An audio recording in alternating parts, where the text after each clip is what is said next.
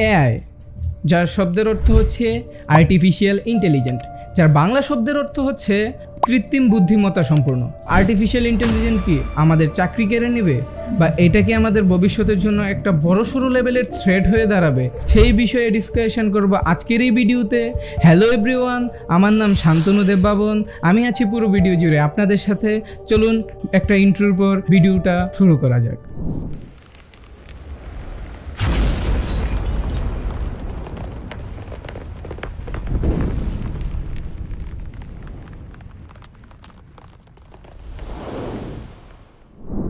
AI এর কথা যখন আমাদের মাথায় আসে তখন কিছু বড় বড় এআই এর নাম আমাদের মাথায় চলে আসে, যেমন হচ্ছে Midjourney, ChatGPT, Grammarly etcetera.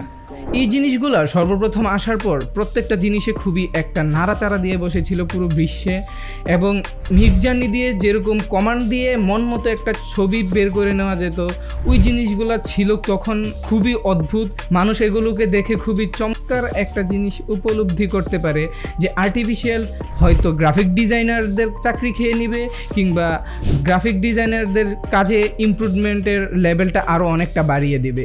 But এখন একটা সার্টেন টাইমে এসে শুধু মিডজার্নিতে যে আমাদের এআইটা থেমে নেই, শুধু যে মিডজার্নিতে আমাদের ছবি এডিটিংয়ের কাজটা থেমে নেই, সেটা কিন্তু নিশ্চিত হয়ে গেছে।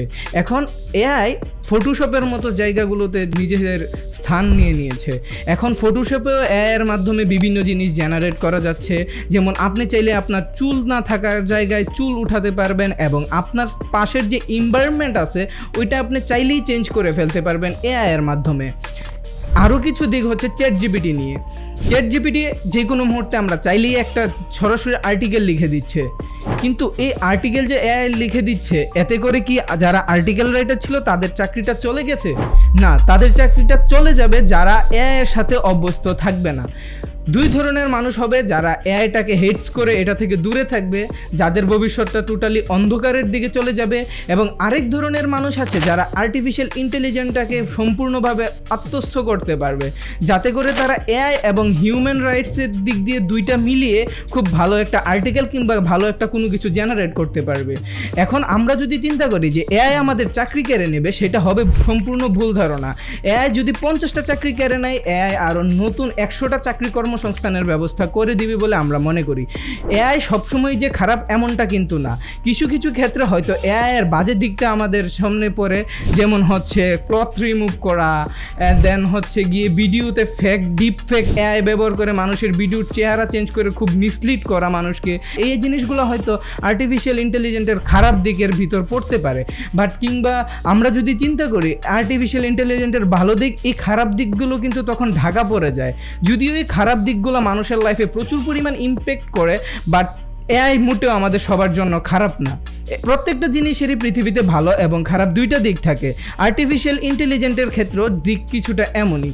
কিছু কিছু ক্ষেত্রে দেখা যায় যে এআইয়ের কারণে যেই কাজের প্রেশারটা মানুষ নিতে পারতেছিল না, বা অফিসে যারা 8 থেকে 9 ঘন্টা ডিউটি করে নিজের কাজ শেষ করতে পারতো না, আজ এআইয়ের বদৌলতে তারা খুব তাড়াতাড়ি তাদের কাজটা শেষ করে ফেলতে পারছে।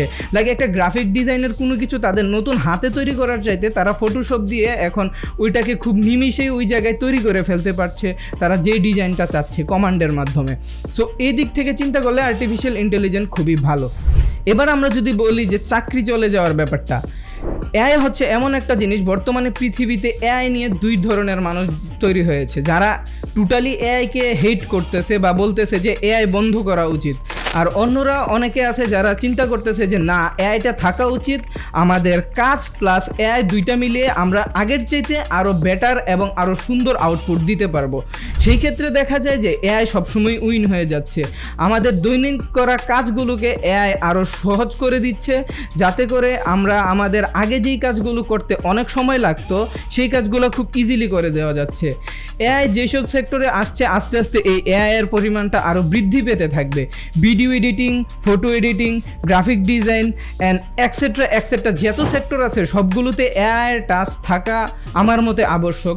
কারণ এআই যদি থাকে, আমি যেই ভিডিওটা আগে 5 থেকে 6 ঘন্টায় এডিট করতাম সেটা খুব দ্রুত সময়ের ভিতর আমি এডিট করে শেষ করে ফেলতে পারবো, এবং এআইয়ের মাধ্যমে আমরা যে কাজগুলো করতাম সেই কাজগুলোকে আরও দ্রুততার সঙ্গে আমি করতে পারবো। এই ক্ষেত্রে দেখা যায় যে এখন বিভিন্ন ফটো এবং বিভিন্ন জিনিস, আমাদের যে জিনিসটা ডিজাইন করতে অনেক বেশি সময় লাগতো, এখন ফটোশপের বদৌলতে সেই জিনিসগুলা ফিল এরকম কিছু একটা এসে সেই জিনিসটাকে এখন আরও অনেক এগিয়ে দিয়েছে। আমরা খুব দ্রুততার সাথে সেই কাজগুলো করতে পারছি। তো কেমন লাগলো আজকের এই ভিডিওটা? আজকের ভিডিওটা যদি একটু ইনফরমেটিভ হয়ে থাকে তাহলে অবশ্যই চ্যানেলটাকে সাবস্ক্রাইব করে পাশে থাকবেন। ধন্যবাদ এতক্ষণ অবধি ভিডিওটা দেখার জন্য। দেখা হবে নতুন কোনো ভিডিওতে। আমি এতক্ষণ শান্তনুদেব বাবন ছিলাম আপনাদের সাথে। Thank you.